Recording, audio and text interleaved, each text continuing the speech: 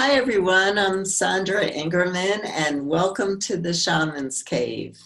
And I'm Renee Baribeau, and I'm coming to you from my haven up on Whidbey Island, where I'm listening to the eagles and looking out over this moving landscape of water and clouds in front of me. So welcome, everyone.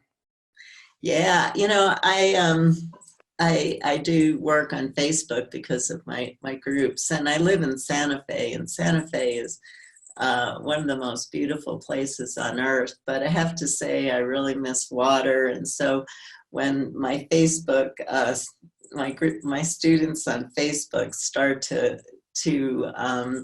post these stunning landscapes where they live, I just want to get in a car and I just want to be in the backwoods on some river, on some lake.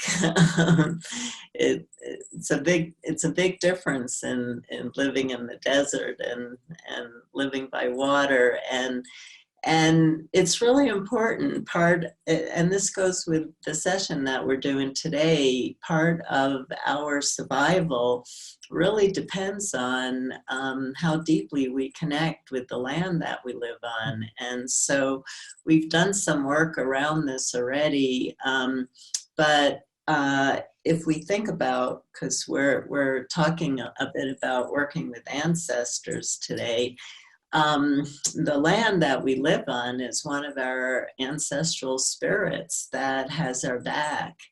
And so one of the important things for me that I've been looking at is who has my back. And, in shamanism, it's the helping spirits that always, are standing behind you. And we always have the ancestors standing behind us. And the ancestors can take many forms because we have the ancestral spirits of the land. And these are spirits who love life so much and love the earth so much that when they had the opportunity to transcend to the transcendent realms, they chose to stay here to protect the land. And so we're all, whether you live in the city or the country, we're all living on land where there are ancestral spirits.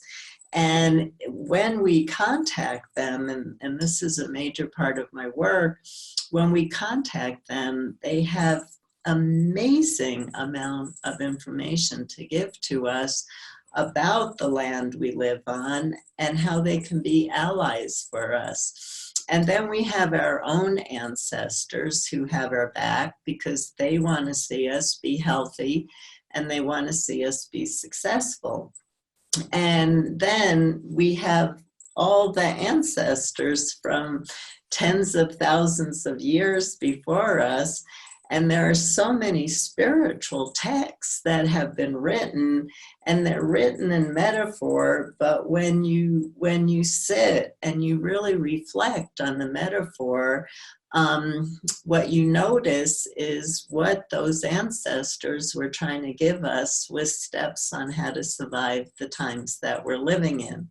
And so before I'm taking all the space here, before I let Renee talk, I just wanted to say that this show is the second part to the show that we did with the descendants, where we journeyed forward to see what information the descendants can give us, looking back at this time now on how we can create healthier lives for ourselves and the planet. And this session, we have this incredible wealth of ancestral spirits who can tell us how we can live on the earth right now and thrive and not suffer, as so many are doing. Absolutely. You can tell she's passionate about the subject of ancestors here.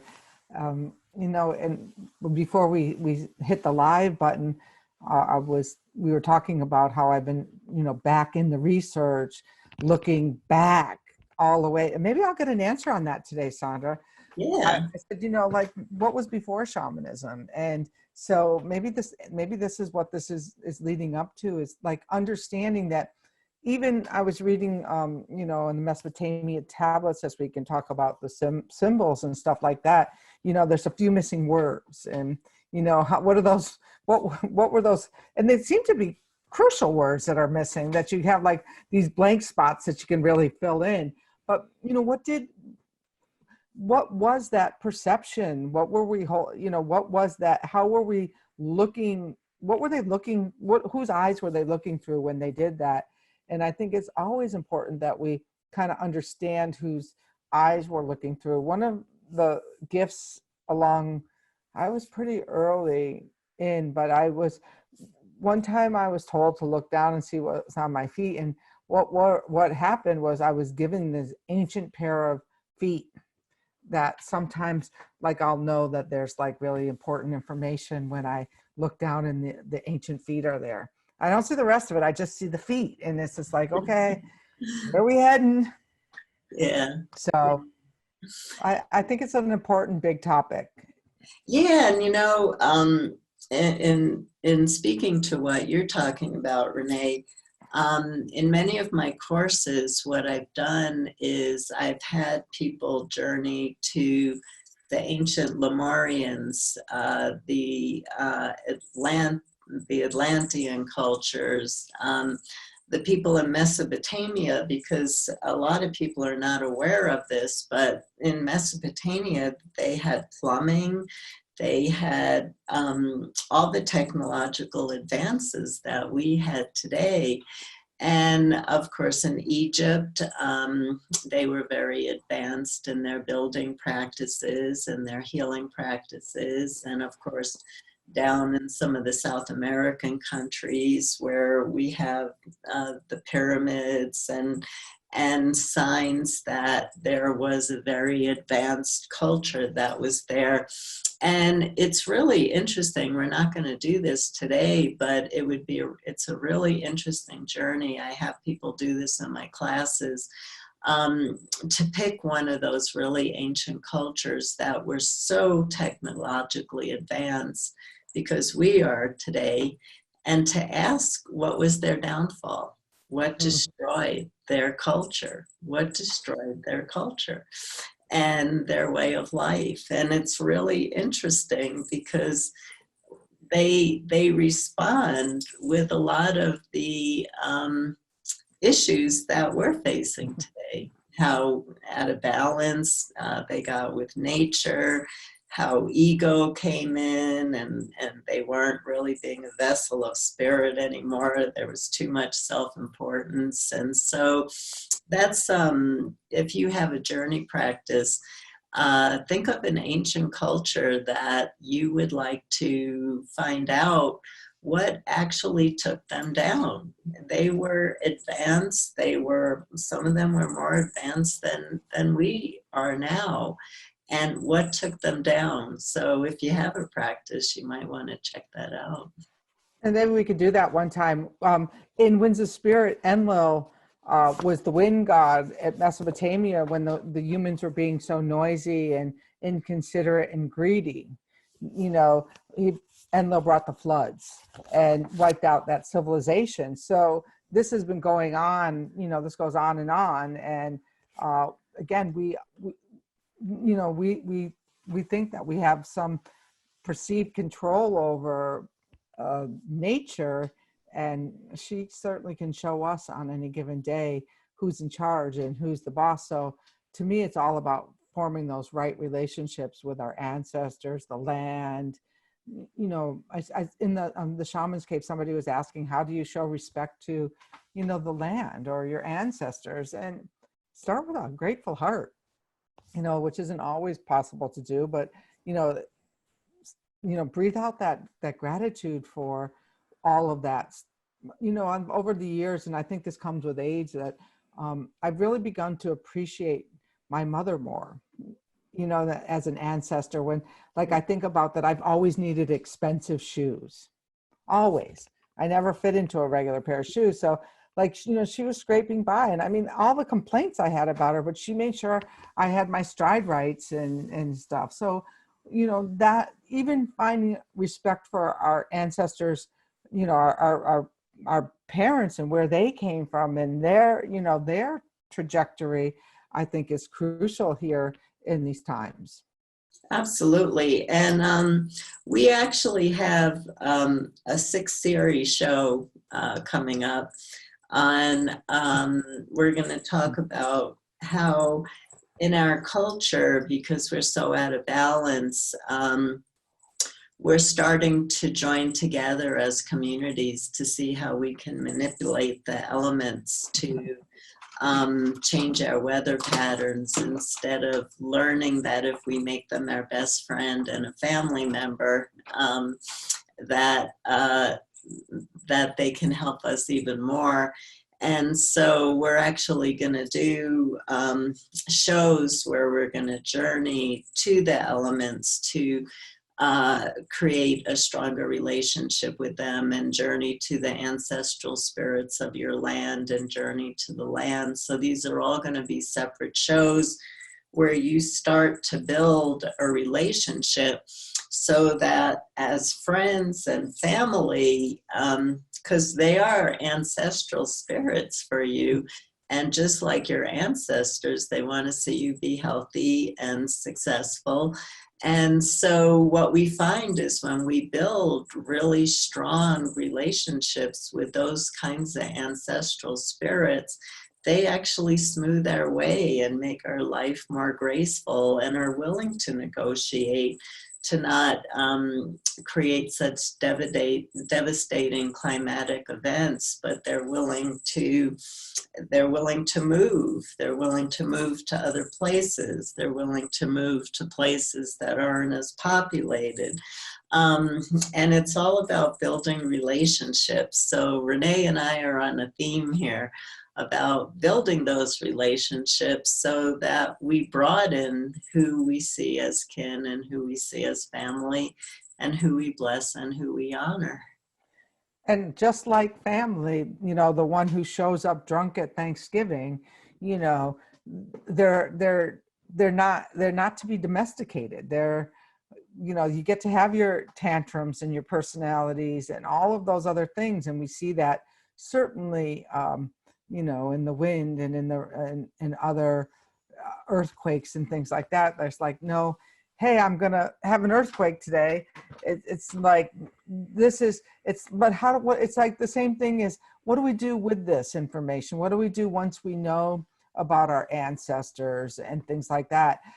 I'm really, because a lot of my ancestors died earlier, it's kind of they've been showing up lately to, like, I swear my father brought this whole DNA thing with the 3 other ancestors or the 3 other siblings that came up, and I could feel my father's hand in it, that our family was out of harmony and we weren't connected. And so here comes a connector. And it's just like, really? You're going to show up now? Right. It's like the uninvited dinner guest. So, Yeah. it's not, it doesn't mean that you get to manipulate it the way you want it to go. It means that you form a relationship that's out of mutual respect and understanding that it's not necessarily all about you. Right. Yeah. And so again, I want to bring in another perspective, that when we look at ancestors who we honor, we want to look at our own personal ancestors, because they gave us life and they sacrificed a lot for us to have our lives. And they're always kind of standing behind us, trying to help us. They really do have our back, and that's just an important phrase to me, and I think it is for many of us, knowing who's behind us, supporting us, and saying, yay, keep moving forward. And so we have our personal ancestors, we have our spiritual ancestors, because there are many people who feel really connected, let's say, to the people of Peru, and they feel like they have karmic roots down in the Peruvian traditions or the Egyptian traditions, or the African traditions, or the Australian traditions, or the Celtic, or the Siberian, where they feel in their cells that these are their ancestors. And so we need to put in the category of there being spiritual ancestors too. And as I share in my classes, I could do like 5 shows talking straight on the miracles that have happened in my life and have happened in my students' life when they start to talk to the helping ancestors of the land that they live on and the land that they live on. These are ancestor spirits for us. We're living in their territory where they've been for some of them tens of thousands of years, and we walk onto their land, and they're the ancestors of the land. And so we have to develop a whole completely different relationship with them.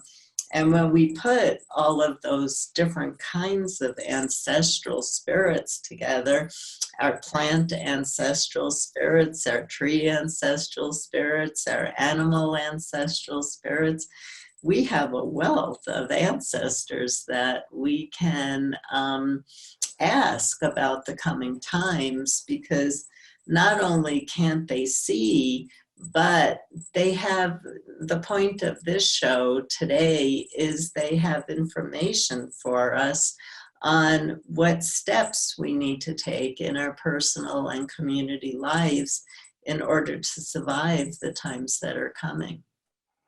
So interesting. As you were talking, there was this, I'm having this panoramic view out the window. You know, so far our juvenile eagle's flown by, and then the pine tree right out front was bowing to you as you were saying this. It was like going, it was like really saying, yeah, me, listen. And because the other night I was at dinner with a friend of mine, and I'm there like, it's really crazy. I said, you know, for 2 years I've been winded and I haven't been able to write a word. I said, I got up here with an intention of, you know, putting the next book proposal together, and they haven't stopped. You know, they flew for several days, but then they did stop. But, you know, she's there like, well, clearly there's some, you know, connection here on this island to you and the wind, because every time you come here, you write. So that's interesting. Yeah, I know. So maybe I'll have to look at what the ancestor of my writing in the wind is, or the messengers here today. When we do this I'm trying to form what I'm going to do in your meditation. Yeah, Renee has the benefit of knowing a little bit before what my plan is for the journey. That's right. Well, you know, so I named a lot of different ancestral spirits, because what we do in the Western world is we take a word and we put a box around it and we limit it. And, you know, and how we limit a lot of our words is by talking about everything on such a linear, rational level. And so right now we want to expand our point of view that there's this wealth of ancestors. They date back tens of thousands of years. They might not be your personal ancestors, but they're ancestors of the earth who lived here before us. And then there are personal ancestors, and we're carrying through the gifts and strengths and also some challenges through our ancestral line. And then we have the ancestral, our ancestors of everything, every living creature, all the beings that lived here before us are ancestors, whether they're growing out of the ground or flying in the air or swimming in the water or walking on the earth. They're ancestors for us.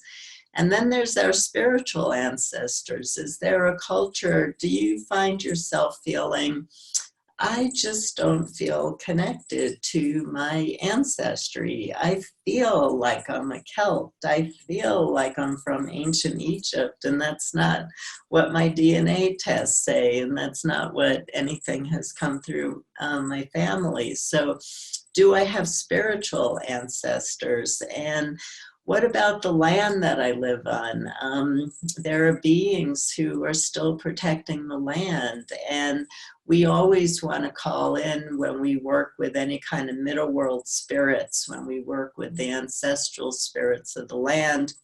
We only want to work with the compassionate, helping ancestral spirits of the land who died and chose to stay here to protect the land, not the ghosts and poltergeists who got confused and never crossed over. So just make sure you say the helping, compassionate, ancestral spirits of the land.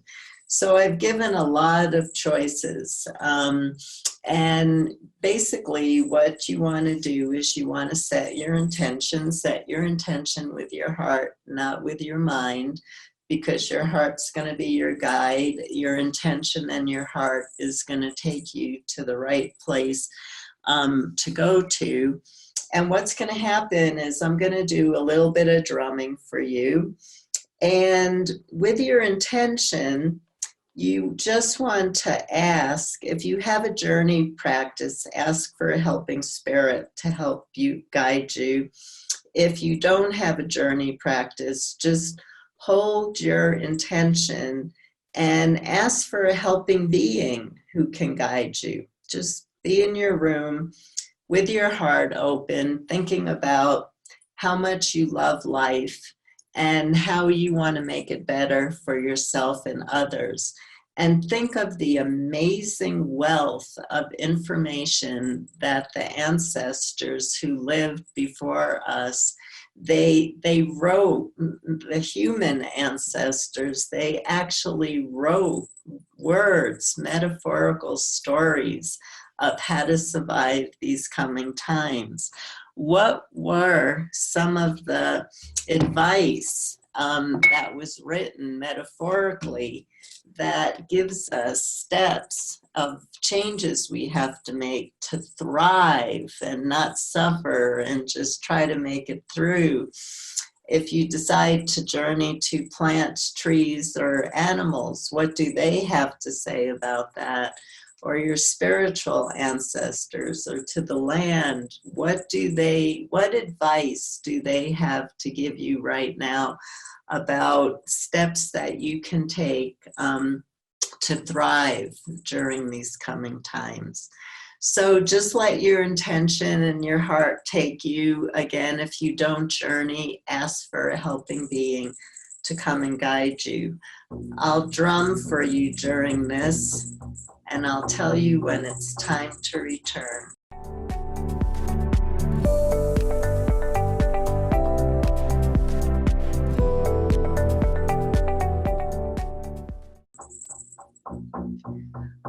What steps do I take in my life right now so that I can thrive during these turbulent and changing times?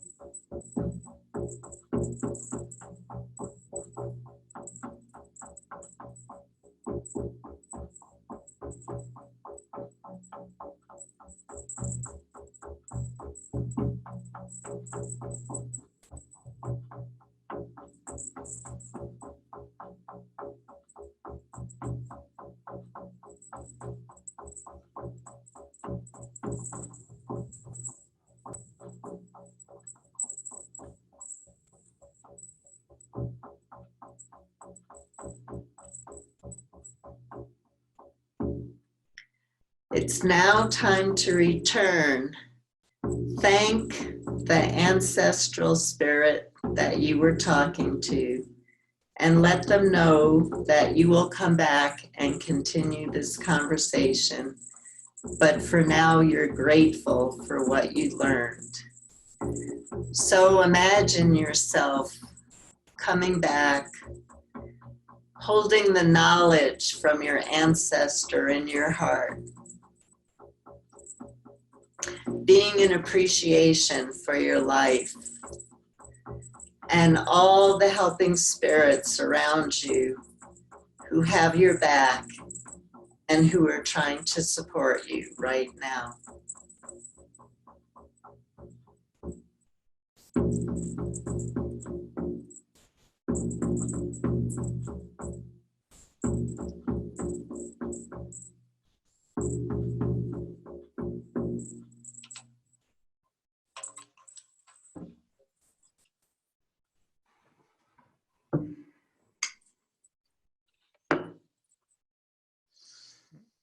Welcome back, everybody. That was a quickie. Well, I have my eye curtain on, so I don't know the time. And I also know that we run over a lot. So everybody got the instructions, and we have these drumming tracks that we actually have for free on Shamans TV, where you can continue these journeys, because as you can imagine, you can journey for half an hour and get an incredible wealth of information. There's this big pine tree, a real sentinel in the back, and these spirits came out from the pine tree to dance. So I guess maybe if there's a metaphor of a dancing more or moving more. I like that one. Yeah, well, there's an old shamanic saying, and sometimes it's used a little bit too much. You know how cliches can oftentimes be used a little bit too much, of when a person says to somebody in a shamanic culture that they're not feeling well, the response is always, when did you stop singing and when did you stop dancing? And it's actually an incredibly profound teaching, because if we spent our days singing and dancing, we would not be seeing the illnesses and all the problems that we're having today. Right? We would be doing a lot more laughing and all of that. I can agree with that. Maybe I'll have to turn the music on today and dance.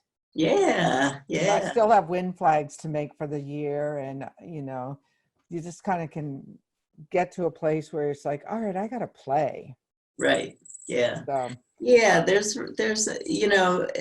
devoting our life to spiritual practice is really important, and we don't devote enough of our lives to spiritual practice because we get lost in the distraction of Facebook and TV and devices and on and on and on. But even with that, we have to bring balance into our life, and everything can't be serious practice. We have to play more too. We do need to play more. Yeah. For sure. So today I'm gonna commit to playing. Oh, good. Yeah.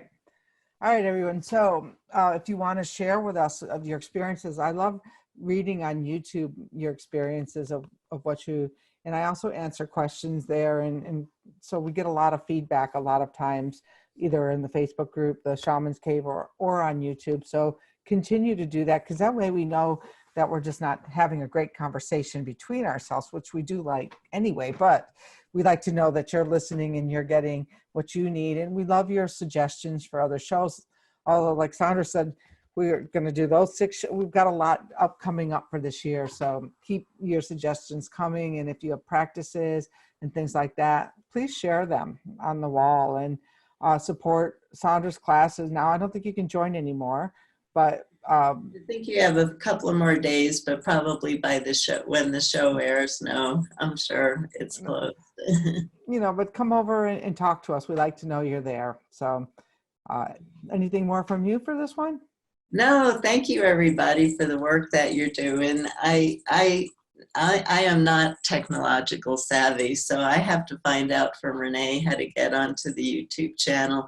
But I try to respond to some posts on Facebook. But I want to be honest, and Renee and I have spoken a bit about this to all of you before. Some of the questions are really big teaching questions where you really should be in a workshop or should be working privately with a teacher or with a practitioner. Teaching really deep shamanic work over Facebook is out of integrity. It's unethical. There's no way to create the field of energy between ourselves, the helping spirits, and all the knowledge that comes from tens of thousands of years into one little paragraph on Facebook teaching some of the deepest shamanic healing methods that have been passed down for thousands of years. So I just wanted to say that sometimes I intentionally don't respond to some of the Facebook posts because they're really not for Facebook, they're for finding a teacher. And I'll be more, I have been active in saying that on Facebook. This is beyond the scope of our Facebook page. Please find a teacher to work with, but I'll be doing more of that too. So, but I do love reading the posts and I respond when I can, but teaching shamanism over Facebook, I believe it's going to happen, but I don't think it's a good move. Absolutely. And you might, have an experience, but we make a point of not teaching and, directing you back towards classes and stuff. I do have a Windwork basic class coming up beginning April 2nd. You can find out about that over at the Practical Shaman or on the Shamans TV. So, and Sandra has her teaching experiences as well. So between the two of us, there's always something going on. Yeah. All right. Thank you, everyone. And we'll see you again soon. Blessings. See you next week.